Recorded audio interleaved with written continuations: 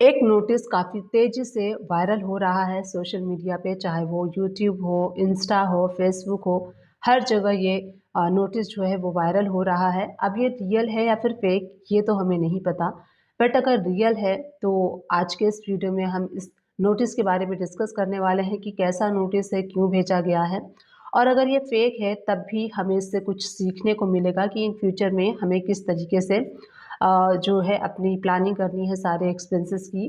तो चलिए आज के इस वीडियो को स्टार्ट कर लेते हैं। वीडियो को स्टार्ट करने से पहले एंड आगे बढ़ने से पहले आप सभी लोग से एक छोटी सी रिक्वेस्ट है, अगर आप फर्स्ट टाइम मेरे चैनल पे आए हैं और न्यू व्यूअर हैं तो मेक श्योर चैनल को लाइक शेयर सब्सक्राइब कर लीजिए। तो एक नोटिस है जो कि इनकम टैक्स डिपार्टमेंट के द्वारा भेजा गया है एक एसएससी को सेक्शन 142(1) के अकॉर्डिंग। उसमें बताया गया है कि आपका हाउस होल्ड एक्सपेंसेस जो है वो आपने बहुत कम विड्रॉ किया है, यानी कि ना के बराबर विड्रॉ किया है। अब चलिए एक एग्जांपल से समझ लेते हैं सो दैट आप अच्छे से समझ पाएंगे कि मैं आपको क्या समझाना चाह रही हूँ। देखिए आपकी इनकम कैसे होती है, आप सैलरी के थ्रू आपकी इनकम होती है या फिर बिजनेस के थ्रू इनकम होती है। आप जॉब करते हैं, वहाँ से आपको सैलरी मिलती है और आपकी इनकम होती है, या फिर आप कोई बिजनेस करते हैं, वहाँ पे आपको जो है बिजनेस के थ्रू जो भी इनकम अर्न होती है उसके थ्रू आपकी इनकम होती है।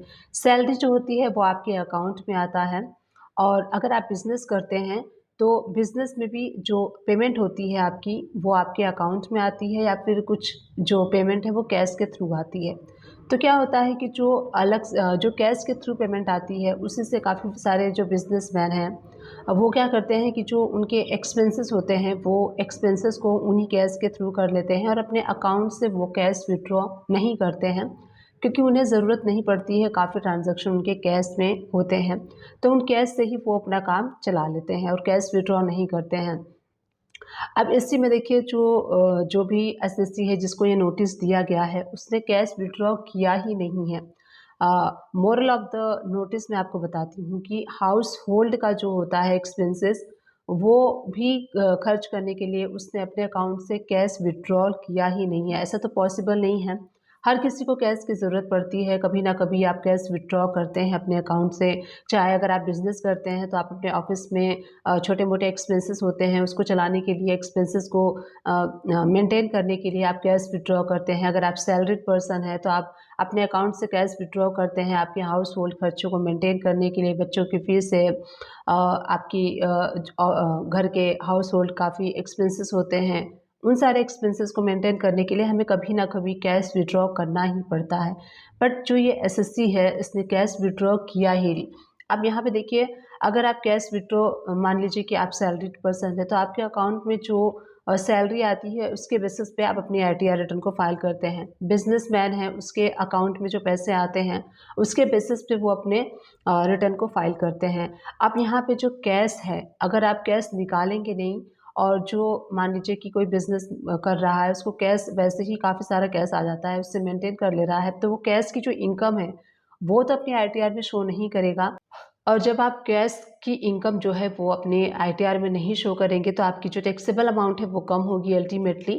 तो इनकम टैक्स डिपार्टमेंट ने क्या किया, इस एसएससी का जो बैंक अकाउंट है वो चेक किया। बैंक अकाउंट चेक करने के बाद वहाँ पे उन्हें कोई भी कैश विड्रॉ शो नहीं हुआ।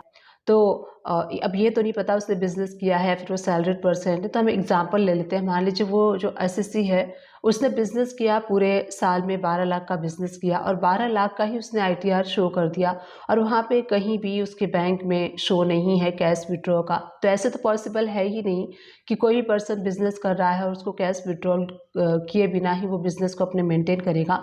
तो ये अल्टीमेटली गवर्नमेंट को पता चल जाता है कि इसकी इनकम जो है वो किसी और थ्रू हो रही है, कैश के थ्रू हो रही है, कहीं से हो रही है, जिसका कि वो डिपार्टमेंट को, इनकम टैक्स डिपार्टमेंट को रिपोर्ट नहीं कर रहा है। तो इसीलिए इनकम टैक्स डिपार्टमेंट ने पहले तो चेक किया उसका बैंक अकाउंट, कोई भी कैश ट्रांजैक्शन जो है कैश विड्रॉ का कोई भी वहाँ पे उनको ट्रांजैक्शन नहीं मिला है। तो उन्होंने उनको नोटिस इशू किया है कि आपने जो हाउस होल्ड एक्सपेंसेस कैश जो होता है आपने बहुत ही कम विड्रॉ किया है, ना के बराबर किया है।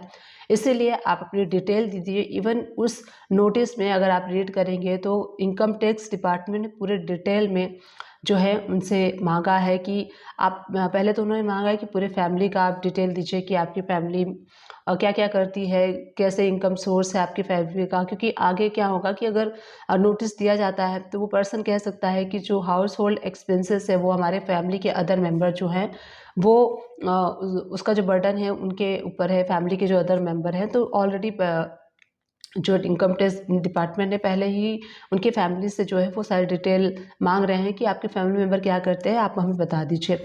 उसके बाद इवन यहाँ तक उस नोटिस में मांगा गया है कि आप अपने मंथली जो होता है आप अपने राशन का खर्चा बताइए कि कितना आपका राशन का खर्चा है।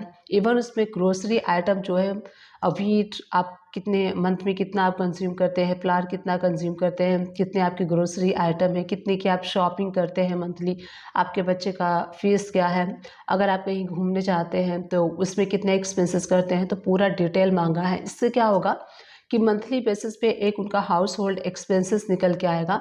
मान लीजिए कि पूरा हाउस होल्ड एक्सपेंसेस उनका निकल के आता है 70,000 या फिर 80,000 या फिर 1 लाख रुपीज़ आता है, तो गवर्नमेंट ये कहेगी कि आपके जो मंथली एक्सपेंसेस हैं वो 50,000 के हैं या फिर 1 लाख के हैं, तो आपने इसको कैसे मेंटेन किया? जब आपने कैश विड्रॉ किया ही नहीं तो कैसे आप ये पैसे कहाँ से लेके आए ये सारे एक्सपेंसेस को मेंटेन करने के लिए?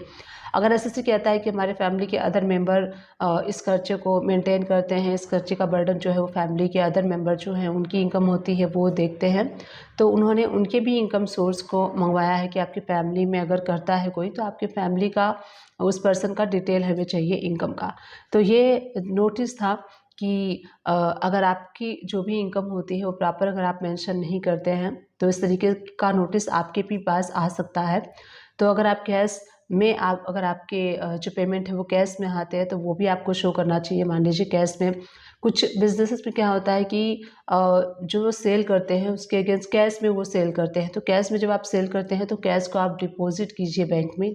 आप बैंक को ये शो कीजिए कि हमने जो है 2 लाख 4 लाख इतने का कैश में सेल किया है, तो कैश आप डिपॉजिट करा रहे हैं और जब आपको ज़रूरत पड़ती है तो आप उसको विड्रॉ कर सकते हैं। तो इस तरीके से आपको प्रॉपर्ली अकाउंट को मेंटेन करना होता है।